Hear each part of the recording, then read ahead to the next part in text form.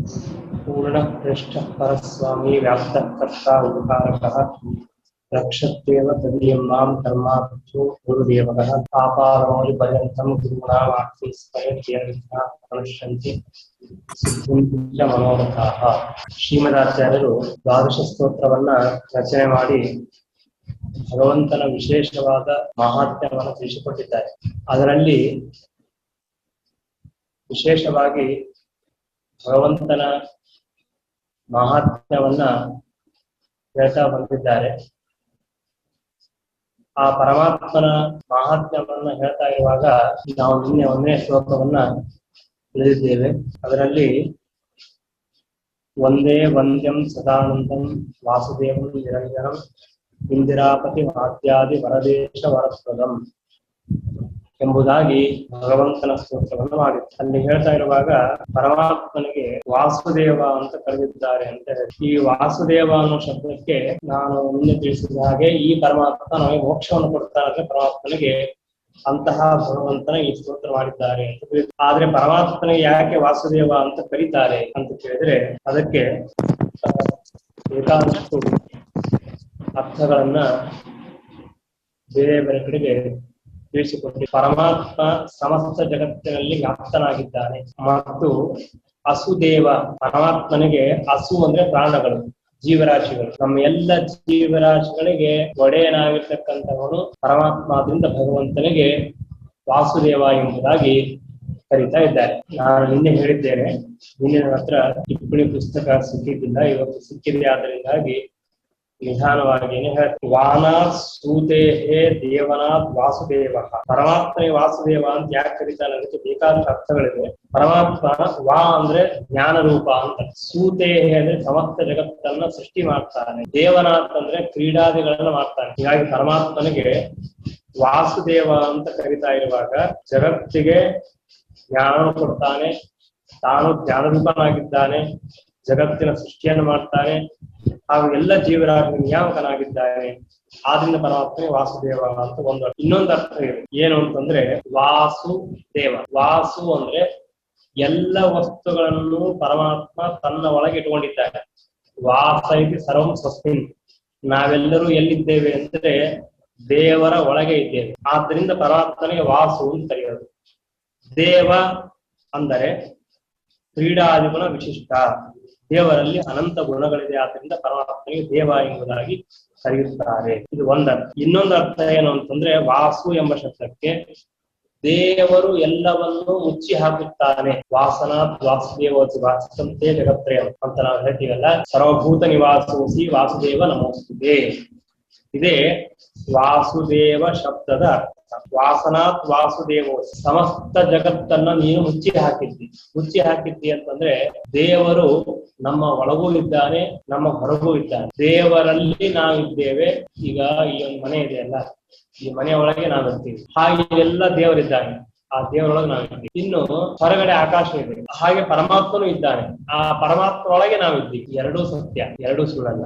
ನಮಗೆ ಭಯ ಹೋಗಬೇಕಾದ್ರೆ ಏನ್ ಮಾಡಬೇಕು? ಈ ವಿಷಯವನ್ನ ನಾವು ಚಿಂತನೆ ಮಾಡಬೇಕು. ಏನ್ ತಿಳ್ಕೊಳ್ಬೇಕು?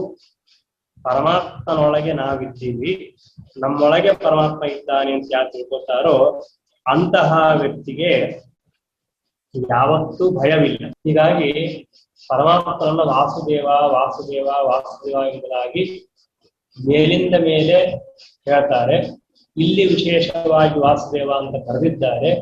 ಇದಕ್ಕೆ ಕಾರಣ ಏನು ಅಂತಂದ್ರೆ ಪರಮಾತ್ಮ ನಮ್ಮೆಲ್ಲರನ್ನೂ ರಕ್ಷಣೆ ಮಾಡ್ತಾನೆ. ದೇವರು ಹೇಗೆ ರಕ್ಷಣೆ ಮಾಡ್ತಾನೆ ಅಂತ ಗೊತ್ತಿಲ್ಲ. ನಮಗೆಲ್ಲ ಸುಖವಾಗಿದ್ದಾಗ ಭಗವಂತನ ಉಪಕಾರ, ಭಗವಂತನ ಅನುಗ್ರಹ ಗೊತ್ತಾಗೋದಿಲ್ಲ. ಕಷ್ಟ ಬಂದರೆ ಗೊತ್ತಾಗುತ್ತೆ. ಕಷ್ಟ ಬರುವವರೆಗೆ ದೇವರ ಅನುಗ್ರಹ ಪರಿಚಯನೇ ಆಗೋದು. ಆರಾಮಾಗಿ ಊಟ ಮಾಡ್ತದೆ, ಜೀರ್ಣವಾಗ್ತದೆ, ಸ್ವಚ್ಛವಾಗಿ ಆರೋಗ್ಯವಿರ್ತದೆ. ಒಂದು ಗೊತ್ತಾಗಿದೆ, ಒಂದೇ ಒಂದು ದಿನ ನಾವು ತಿಂದಿರುವಂತಹ ಆಹಾರ ಜೀರ್ಣ ಆಗೋದಿಲ್ಲ ಅಂತಾಗಿಬಿಟ್ರೆ ಅವತ್ತು ನಮ್ಗೆ ಗೊತ್ತಾಗುತ್ತೆ ದೇವರು ಎಷ್ಟು ಉಪಕಾರ ಮಾಡ್ತಾ ಇದ್ದ ಅಂತ. ಹೀಗಾಗಿ ಯಾವುದೇ ಒಬ್ಬ ವ್ಯಕ್ತಿಯ ಉಪಕಾರವನ್ನ ನಾವು ಅವಶ್ಯವಾಗಿ ಯಾವಾಗಲೂ ಚಿಂತನೆ ಮಾಡಬೇಕು. ಆದರೆ ಆ ವ್ಯಕ್ತಿಯ ಮಹತ್ವ ಯಾವಾಗ ಗೊತ್ತಾಗತ್ತೆ ಅಂತಂದ್ರೆ ಆ ವ್ಯಕ್ತಿಯಿಂದ ಆ ಉಪಕಾರ ನಿಂತು ಹೋಯ್ತು ಅಂದ್ರೆ ಗೊತ್ತಾಗುತ್ತೆ. ಅಲ್ಲಿವರೆಗೆ ಗೊತ್ತಾಗಲ್ಲ. ಹೀಗಾಗಿ ಪ್ರತಿಯೊಂದು ವಸ್ತು ಒಂದಲ್ಲ ಎರಡಲ್ಲ, ಇವತ್ತಿನ ಜಗತ್ತಿನೊಳಗೆ ನಾವು ಎಷ್ಟು ಕೇಳ್ತೀವಿ. ಪ್ರತಿನಿತ್ಯ ನೀವು ಹಾಸ್ಪಿಟಲ್ ಹೋಗಿ ನೋಡ್ರಿ, ಮೈ ತುಂಬೆ ರೋಗ, ಏನೇನೋ ರೋಗಗಳಿರ್ತವೆ, ಒಬ್ಬರೊಬ್ರು ಒಂದೊಂದೊಂದೊಂದು ಇರುತ್ತೆ. ನಮಗೆ ದೇವರ ಯಾವ ರೋಗವನ್ನು ಕೊಟ್ಟಿಲ್ಲ. ಹಾಗಾದ್ರೆ ಪರಮಾತ್ಮ ನಮ್ಮನ್ನು ಎಷ್ಟು ರಕ್ಷಣೆ ಮಾಡಿದ್ದಾನೆ? ಯಾಕೆ? ನಾವು ದೇವರಲ್ಲಿದ್ದೇವೆ, ದೇವರು ನಮ್ಮ ಮೇಲೆ ಆಚ್ಛಾದನ ಮಾಡಿದ್ದಾನೆ. ಅಂತಹ ಭಗವಂತ ಯಾವಾಗಲೂ ನಮ್ಮನ್ನು ರಕ್ಷಣೆ ಮಾಡ್ತಾನೆ ಅಂತ ಯಾರು ತಿಳ್ಕೊತಾರೋ ಅಂತಹ ವ್ಯಕ್ತಿ ಯಾವಾಗಲೂ ಕೂಡ ಸುಖವಾಗಿ ಇಲ್ಲಿ ಸಾಧ್ಯವಾಗತ್ತೆ. ಹೀಗಾಗಿ ಅಂತಹ ಪರಮಾತ್ಮನನ್ನ ವಾಸುದೇವ ಎಂಬುದಾಗಿ ಕರೆದಿದ್ದಾರೆ. ಆ ಪರಮಾತ್ಮನೇ ನಾನು ನಿನ್ನೆ ಹೇಳಿದೆ, ನಿರಂಜನ. ಆ ಭಗವಂತನಲ್ಲಿ ಯಾವ ಯಾವ ತರಹದ ಅಂಜನ ಅಂದ್ರೆ ಕಪ್ಪು, ಕತ್ತಲೆ, ಅಜ್ಞಾನ, ವಿಪರೀತ ಜ್ಞಾನ, ಸಂಶಯ ಯಾವುದೂ ಇಲ್ಲ ದೇವರಿಗೆ. ಕಪ್ಪೇ ಇಲ್ಲ. ದೇವರು ಕಪ್ಪಾಗಿದ್ದಾನೆ. ದೇವರ ರೂಪದಲ್ಲಿ ಅರ್ಥಾತ್ ದೋಷ ಇಲ್ಲ. ಆದ್ರಿಂದ ಪರಮಾತ್ಮನಿಗೆ ಹಾಗೆ ನಿರಂಜನ ಎಂಬುದಾಗಿ ಕರೀತಾರೆ. ಆ ಭಗವಂತ ಆದ್ಯಾದಿ ವರದೇಶ ವರಪ್ರದಂ, ಇಂದಿರಾಪತಿಂ ಆದ್ಯಾದಿ ವರದೇಶ ವರಪ್ರದಂ. ದೇವರಲ್ಲಿ ದೋಷ ಇಲ್ಲ. ಯಾವ ಯಾವ ದೋಷಗಳು ಇಲ್ಲ ಅಂದ್ರೆ ಚಿಂತೆ ಇಲ್ಲ, ಸಂತಾಪ ಇಲ್ಲ, ಕಷ್ಟ ಇಲ್ಲ, ಯಾವ ತರಹದ ದೋಷಗಳು, ಅಪೇಕ್ಷೆ ಇಲ್ಲ, ಏನೂ ಇಲ್ಲ. ಯಾವುದೇ ತರಹದ ಒಂದು ದೋಷ ಇದ್ದರೂ ನಮಗೆ ಕಷ್ಟವಾಗುತ್ತೆ, ಬಹಳ ಶ್ರಮವಾಗುತ್ತೆ. ಮನುಷ್ಯನಿಗೆ ಎಷ್ಟೆಷ್ಟು ಅಪೇಕ್ಷೆ ಇರುತ್ತೋ ಅಷ್ಟಷ್ಟು ಅವನಿಗೆ ದುಃಖ ಜಾಸ್ತಿ. ಅಪೇಕ್ಷೆ ಕಡಿಮೆ ಇದ್ದಷ್ಟು ದುಃಖ ಕಡಿಮೆ ಆಗುತ್ತೆ. ಅದಕ್ಕೆ ಒಂದು ದೃಷ್ಟಾಂತವನ್ನು ಹೇಳ್ತೇನೆ. ಒಂದು ಊರಲ್ಲಿ ಒಬ್ಬ ರಾಜನಿದ್ದ. ಆ ರಾಜನಿಗೆ ಒಬ್ಬ ಕ್ಷೌರಿಕ ಅಂದ್ರೆ ಅಜಾಮ ಮಾಡೋ ಅಂತಹ ವ್ಯಕ್ತಿ ಇದ್ದ. ಅವನೇನ್ ಮಾಡಿದ ಅಂತಂದ್ರೆ ಪ್ರತಿನಿತ್ಯ ಯಾವಾಗ ರಾಜನಿಗೆ ಬೇಕೋ ಎಲ್ಲ ಸರಿಯಾಗಿ ವ್ಯವಸ್ಥೆ ಮಾಡ್ತಿದ್ದ. ಅವನು ಈ ಕ್ಷೌರಿಕನಿಗೆ ಬಂಗಾರದ 2 ನಾಣ್ಯಗಳನ್ನು ಕೊಡ್ತಿದ್ದ. ಬಂಗಾರದ 2 ನಾಣ್ಯಗಳು. ಅವನಿಗೆ ಆಯ್ತು, ಬಹಳ ಸಂತೋಷದಿಂದ ಅವನು ಹೋಗ್ತಾ ಇದ್ದ. ಹೀಗೆ ಎಷ್ಟೋ ವರ್ಷಗಳಿಂದ ಇದ್ದಾನೆ. ಒಂದು ಸಲ ಏನಾಯ್ತು ಅಂತಂದ್ರೆ, ಈ ಕ್ಷೌರಿಕ ಒಂದು ಕಡೆಗೆ ಬೇರೆ ಊರಿಗೆ ಹೋಗ್ತಾ ಇದ್ದ. ಹೋಗ್ತಾ ಇರುವಾಗ ಬಹಳ ಶ್ರಮವಾಯಿತು. ಶ್ರಮವಾಗಿದ್ದಕ್ಕೆ ಒಂದು ಮರದ ಕೆಳಗಡೆ ಮನೆಕೊಳ್ತಾನೆ. ಮನೆಕೊಂಡಾಗ ಸ್ವಲ್ಪ ಅವನಿಗೆ ನಿದ್ರೆ ಬರುತ್ತೆ. ನಿದ್ರೆ ಬಂದಾಗ ಒಂದು ಕನಸು ಬರ್ತದೆ. ಆ ಕನಸಿನಲ್ಲಿ ಒಂದು ದೇವತೆ ಲಕ್ಷ್ಮಿ ಅವಳು ಬಂದು ಹೇಳ್ತಾಳೆ, ನಾನು ನಿನ್ನ ಮನೆಗೆ ಬರ್ತೇನೆ, ನನ್ನನ್ನು ನೀನು ಕರ್ಕೊಳ್ತೀಯಾ? ಯಾರು ಬೇಡಂತಾರೆ ಐಶ್ವರ್ಯ ಬಂದರೆ.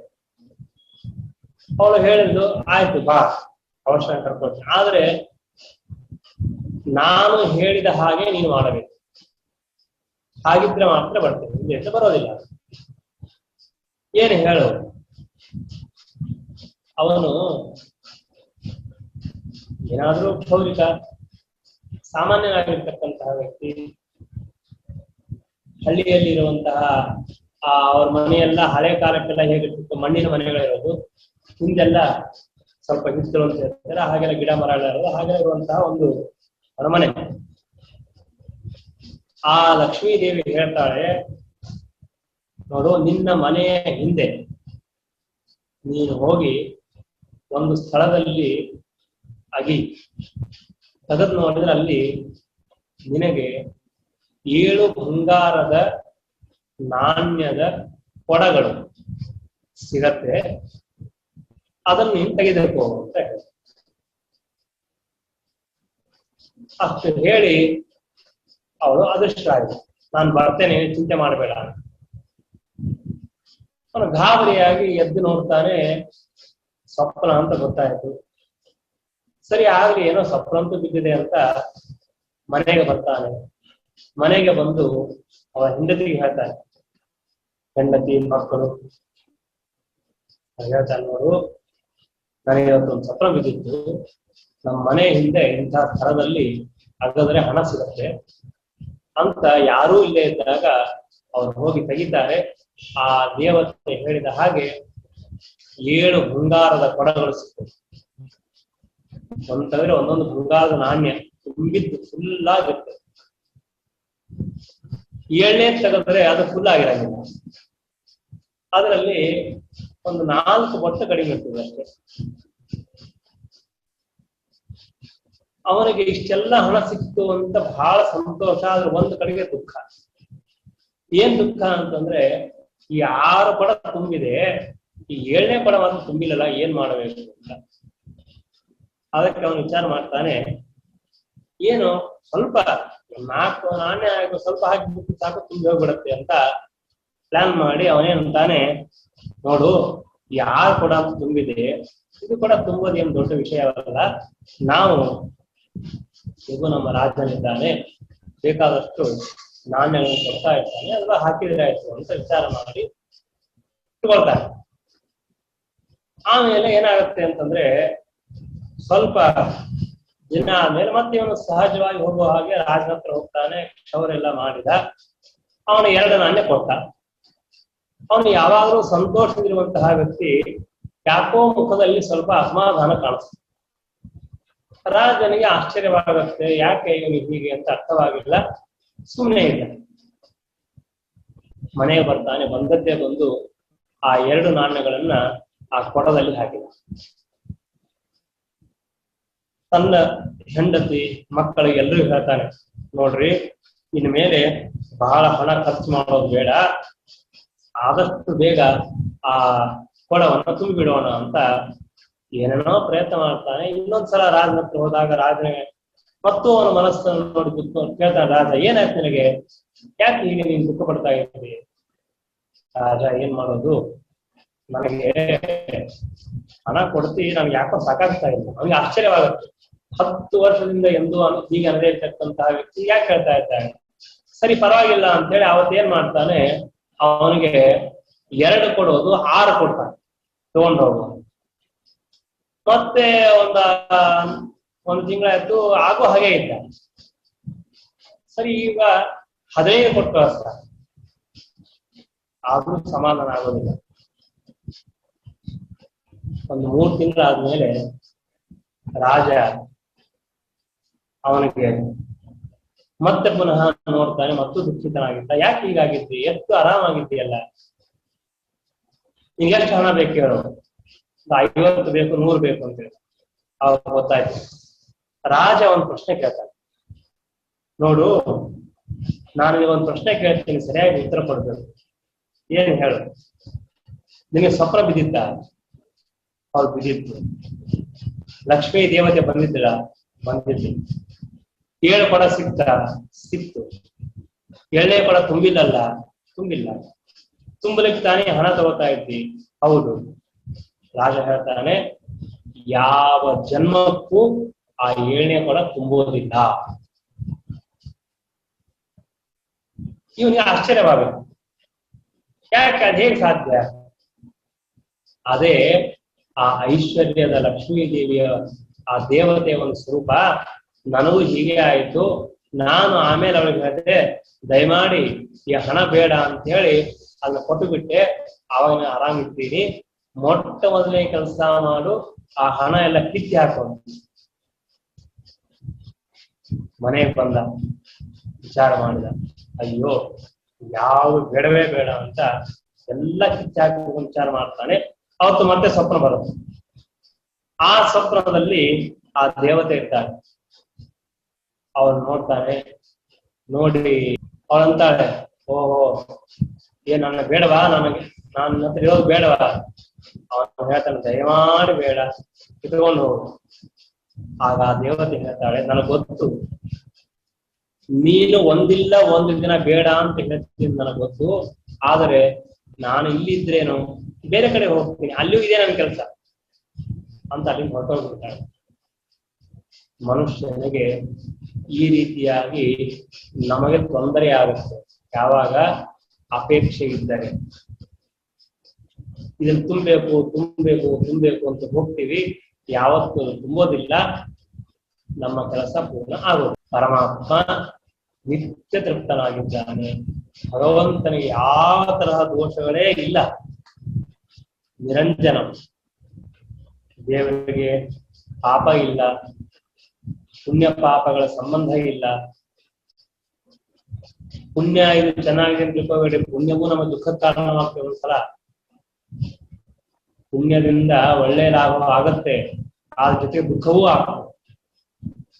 ಪರಮಾತ್ಮನಿಗೆ ಪುಣ್ಯವೂ ಇಲ್ಲ, ಪಾಪವೂ ಇಲ್ಲ, ಪುಣ್ಯ ಪಾಪಗಳ ಸಂಬಂಧವೇ ಇರತಕ್ಕಂಥವನು ಭಗವಂತ.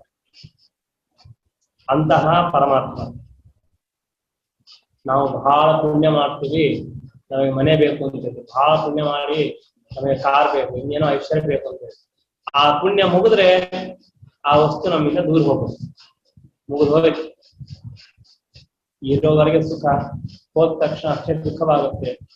ಹೀಗಾಗಿ ಪುಣ್ಯ ಪಾಪಗಳ ಸಂಬಂಧವೇ ಇರತಕ್ಕಂಥ ಪರಮಾತ್ಮ. ಅವನಿಗೆ ಈ ಲೌಕಿಕವಾಗಿರ್ತಕ್ಕಂತಹ ಸುಖವೂ ಇಲ್ಲ, ಹಾಗೂ ದುಃಖದ ಸಂಬಂಧವೇ ಇಲ್ಲ. ಜೊತೆಗೆ ಅಜ್ಞಾನ, ವಿಪರೀತ ಜ್ಞಾನ, ಸಂಶಯ ಇದು ಒಂದು, ಅದು ಪರಮಾತ್ಮನಿಗೆ.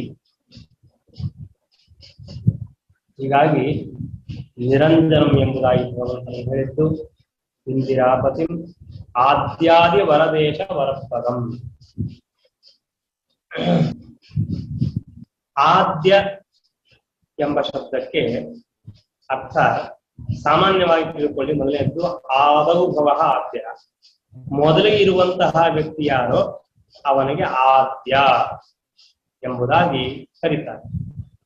ಮೊಟ್ಟ ಮೊದಲಿಗೆ ಬ್ರಹ್ಮಾಂಡದಲ್ಲಿ ಹುಟ್ಟಿರುವಂತಹ ವ್ಯಕ್ತಿಗಳು ಯಾರು? ಚತುರ್ಮುಖ ಬ್ರಹ್ಮದೇವರು. ಹೀಗಾಗಿ ಆ ಚತುರ್ಮುಖ ಬ್ರಹ್ಮದೇವರನ್ನ ಆದ್ಯ ಎಂಬುದಾಗಿ ಕರೆಯುತ್ತಾರೆ. ನಾವು ಭಾಗವತದಲ್ಲಿ ಕೇಳ್ತೇವೆ, ತೇನೇ ಬ್ರಹ್ಮ ಹೃದಯ ಆದಿಕವಯೇ ಮುಖ್ಯಂತಿ ಎಂ ಸೂರ್ಯ. ಆದಿಕವಿ, ಮೊಟ್ಟ ಮೊದಲಿಗೆ ಹುಟ್ಟಿರುವಂತಹ, ಮೊಟ್ಟ ಮೊದಲಿಗೆ ಇರುವ ಸರ್ವಜ್ಞರಾದ ಒಬ್ಬ ಜೀವ ಅಂದ್ರೆ ಅವರು ಬ್ರಹ್ಮದೇವರು. ಆ ಬ್ರಹ್ಮದೇವರಿಗೆ ಪರಮಾತ್ಮ ಉಪದೇಶ ಮಾಡಿದ ವೇದಗಳನ್ನ, ಶಾಸ್ತ್ರಗಳನ್ನ, ತತ್ವಜ್ಞಾನವನ್ನ ಉಪದೇಶ ಮಾಡಿದ ಅಂತ ಹೇಳ್ತಾರೆ. ಹೀಗಾಗಿ ಆದ್ಯ ಅಂದ್ರೆ ಯಾರು? ಬ್ರಹ್ಮದೇವರು, ಮೊಟ್ಟ ಇರ್ತಕ್ಕಂತಹ ದೇವತೆಗಳು. ಆದಿ ಅಂದ್ರೆ ಮೊದಲು, ಆದ್ಯಾದಿ ಅಂದ್ರೆ ಬ್ರಹ್ಮದೇವರೇ ಮೊದಲಾದ ದೇವತೆಗಳು ಅಂತ ಅರ್ಥ. ಈ ಬ್ರಹ್ಮದೇವರ ಸ್ಥಾನ ಇದೆಯಲ್ಲ ಬಹಳ ದೊಡ್ಡದು. ಬ್ರಹ್ಮದೇವರ ಪದವಿ ಬಹಳ ದೊಡ್ಡದು. ಜಗತ್ತನ್ನೇ ಸೃಷ್ಟಿ ಮಾಡುವ, ಜಗತ್ತನ್ನೇ ನಿಯಮನ ಮಾಡುವ ಮಹಾಶಕ್ತಿಯನ್ನು ಪಡೆದವರು ಚತುರ್ಮುಖ ಬ್ರಹ್ಮದೇವರು. ನಾವು ಪುರಾಣಗಳಲ್ಲಿ ಎಷ್ಟು ಬಾರಿ ಕೇಳ್ತೇವೆ, ಯಾವುದೇ ರಾಕ್ಷಸರು, ಯಾವುದೇ ಋಷಿಗಳು, ಮುನಿಗಳು, ವಿಶೇಷವಾಗಿ ಋಷಿಗಳು, ದೈತ್ಯರು, ಬ್ರಹ್ಮದೇವರು, ರುದ್ರದೇವರು, ಪಾರ್ವತಿ, ಗಣಪತಿ ಮೊದಲಾಗಿರ್ತಕ್ಕಂತಹ ದೇವತೆಗಳನ್ನ ಸ್ತೋತ್ರ ಮಾಡ್ತಾರೆ, ಅದನ್ನು ತಪಸ್ ಮಾಡ್ತಾರೆ, ವರವನ್ನು ಪಡಿತಾರೆ. ಹಿರಣ್ಯಕಶಿಪು, ರಾವಣ, ಕುಂಭಕರ್ಣ, ಯಾರು ನೋಡ್ರಿ, ಎಲ್ಲ ರಾಕ್ಷಸರು ಬ್ರಹ್ಮದೇವರು, ರುದ್ರದೇವರು, ಬ್ರಹ್ಮದೇವರು, ರುದ್ರದೇವರು, ಬೇರೆ ಬೇರೆ ದೇವರು. ದೈತ್ಯರು ಮಾತ್ರ ಅಲ್ಲ, ದೇವತೆಗಳು ಕೂಡ ಉಪಾಸನೆ ಮಾಡಿ ಅನುಗ್ರಹವನ್ನು ಪಡೆದಿದ್ದಾರೆ. ಹಾಗಾದರೆ ಆದ್ಯಾದಿ ವರದ ಈಶ ಅಂದ್ರೆ ಈ ದೇವತೆಗಳಿದ್ದಾರಲ್ಲ, ಇವರು ವರದರು ಅಂದ್ರೆ ವರವನ್ನು ಕೊಡುವರು. ಎಲ್ಲ ದೇವತೆಗಳು ವರವನ್ನು ಕೊಡ್ತಾರೆ. ಇಂತಹ ಒಬ್ಬ ದೇವತೆ ಇದ್ದಾನೆ, ಅವನು ವರ ಕೊಡೋದಿಲ್ಲ ಅಂತನ್ನೋ ಪ್ರಸಂಗವೇ ಇಲ್ಲ. ಎಲ್ಲ ದೇವತೆಗಳು ವರವನ್ನು ಕೊಡ್ತಾರೆ. ಹೀಗಾಗಿ ವರದರು ಯಾರು ಅಂದ್ರೆ ಸಮಸ್ತ ದೇವತೆಗಳು. ಆದ್ಯಾದಿ ವರದ. ಮತ್ತೇನಾಗಿದ್ದಾರೆ ಅವರು? ಈಶ ಅಂದ್ರೆ ಸಮರ್ಥರಾಗಿದ್ದಾರೆ. ಅಂತಹ ಇದರ ಅಭಿಪ್ರಾಯವನ್ನು ಮತ್ತೆ ಪುನಃ ನಾಳೆ ಹೇಳ್ತೇನೆ. ಸಾಮಾನ್ಯವಾಗಿ ಅಭಿಪ್ರಾಯ ತಿಳ್ಕೊಳ್ಳಿ. ಆದ್ಯಾದಿ ವರದೇಶ ವರಪ್ರದಂ, ಬ್ರಹ್ಮದೇವರೇ ಮೊದಲಾದ ವರಗಳನ್ನು ಕೊಡಲು ಸಮರ್ಥರಾದ ಯಾವ ದೇವತೆಗಳಿದ್ದಾರಲ್ಲ, ಆ ದೇವತೆಗಳಿಗೂ ಕೂಡ ವರವನ್ನು ಕೊಡುವವರು ಯಾರು? ಪರಮಾತ್ಮ. ಹೀಗಾಗಿ ಆದ್ಯಾದಿ ವರದೇಶ ವರಪ್ರದಂ, ಬ್ರಹ್ಮದೇವರೇ ಮೊದಲಾದ ವರಗಳನ್ನು ಕೊಡುವ ಯಾವ ದೇವತೆಗಳಿದ್ದಾರೆ, ಮಹಾ ಸಮರ್ಥರಾಗಿದ್ದಾರೆ, ಇಂದ್ರಿಯ ನಿಯಾಮಕರಾಗಿದ್ದಾರೆ, ಬ್ರಹ್ಮಾಂಡ ನಿಯಾಮಕರಾಗಿದ್ದಾರೆ, ಅಂತಹ ದೇವತೆಗಳಿಗೂ ಕೂಡ ವರವನ್ನು ಕೊಡುವ ಸ್ವಾಮಿ ನಮ್ಮ ನಾರಾಯಣ. ಹೀಗಾಗಿ ಆದ್ಯಾದಿ ವರದೇಶ ವರಪ್ರದಂ, ಅಂತಹ ಭಗವಂತನನ್ನ ಒಂದೇ ನಾನು ನಮಸ್ಕಾರ ಮಾಡುತ್ತೇನೆ ಎಂಬುದಾಗಿ ಶ್ರೀಮದಾಚಾರ್ಯರು ಸ್ತೋತ್ರವನ್ನು ಮಾಡ್ತಾ ಇದ್ದಾರೆ. ಶ್ರೀಕೃಷ್ಣಾರ್ಪಣಮಸ್ತು.